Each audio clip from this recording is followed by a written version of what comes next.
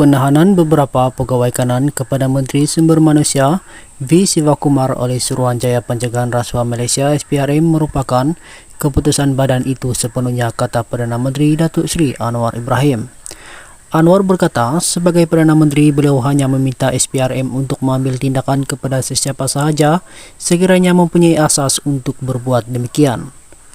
Jangan kita mendahului daripada segi menjangka apa-apa yang lain kerana saya tidak ada pemakluman selain daripada dimaklum tentang penahanan jika tak salah 3 orang pegawai di Kementerian Sumber Manusia, katanya. Beliau berkata demikian kepada pemberita selepas mempengerusikan Majlis Pembangunan Bumiputera Pulau Pinang di Bukit Mertajam hari ini. Media melaporkan pegawai kanan kepada V. Sivakumar ditahan SPRM dalam serbuan di kementerian itu pagi semalam, sementara seorang lagi pegawai kanan kepada menteri berkenaan ditahan hari ini bagi membantu siasatan. Penahanan itu dipercayai mempunyai kaitan dengan dakwaan suspek telah menubuhkan sebuah agensi pengambilan pekerja asing untuk mendapatkan kelulusan kementerian berkenaan walaupun terdapat konflik kepentingan. Pengagihan kursi antara Pakatan Harapan PH dan Barisan Nasional BN bagi menghadapi pilihan raya negeri PRN di 6 negeri sudah mencapai 80%, kata Setiausaha Agung UMNO Datuk Dr. Ashraf Wajdi Dusuki.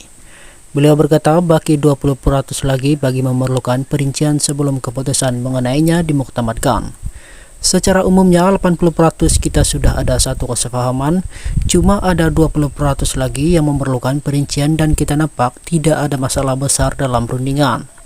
Suasananya cukup positif dan sudah tentu setiap badan gabungan perlu kembali kepada parti masing-masing.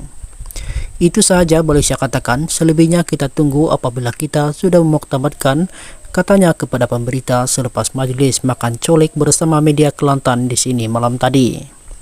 Sementara itu beliau berkata, UMNO melihat PRN melibatkan Selangor Negeri Sembilan, Kedah, Pulau Pinang, Terengganu dan Kelantan pada tahun ini menjadi ujian ITMUS pertama kerjasama dan persefahaman buat BN dan PH di peringkat persekutuan menerusi kerajaan perpaduan. Katanya sifat realistik penting dan PRN dijadikan pentas pertama bukan sahaja menguji tetapi mahu melihat perkara yang boleh ditambah baik.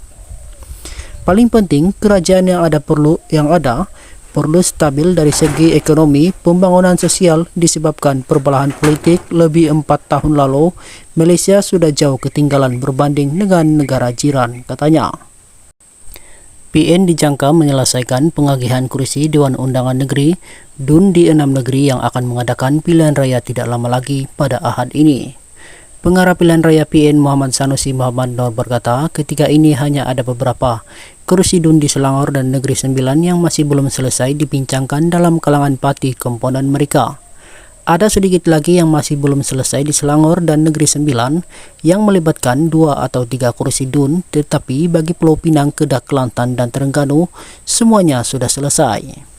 Sebelum ini kita bagi masa seminggu kepada Selangor dan Negeri Sembilan untuk selesaikan perbincangan kursi, jadi Ahad ini akan berjumpa balik dengan pimpinan PN. Insya Allah Ahad ini selesai, katanya di Alorsta malam tadi.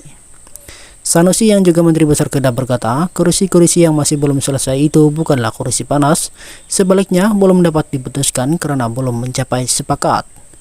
Sebelum ini Timbalan Presiden PAS Tuan Ibrahim Tuan Man dilaporkan berkata, perbincangan agihan kursi DUN dalam kalangan parti komponen PN telah mencapai tahap 80%. Dia berkata, perbincangan pusingan pertama berjalan dengan lancar dan pembahagian kursi dibuat secara muafakat melibatkan seluruh parti komponen PN.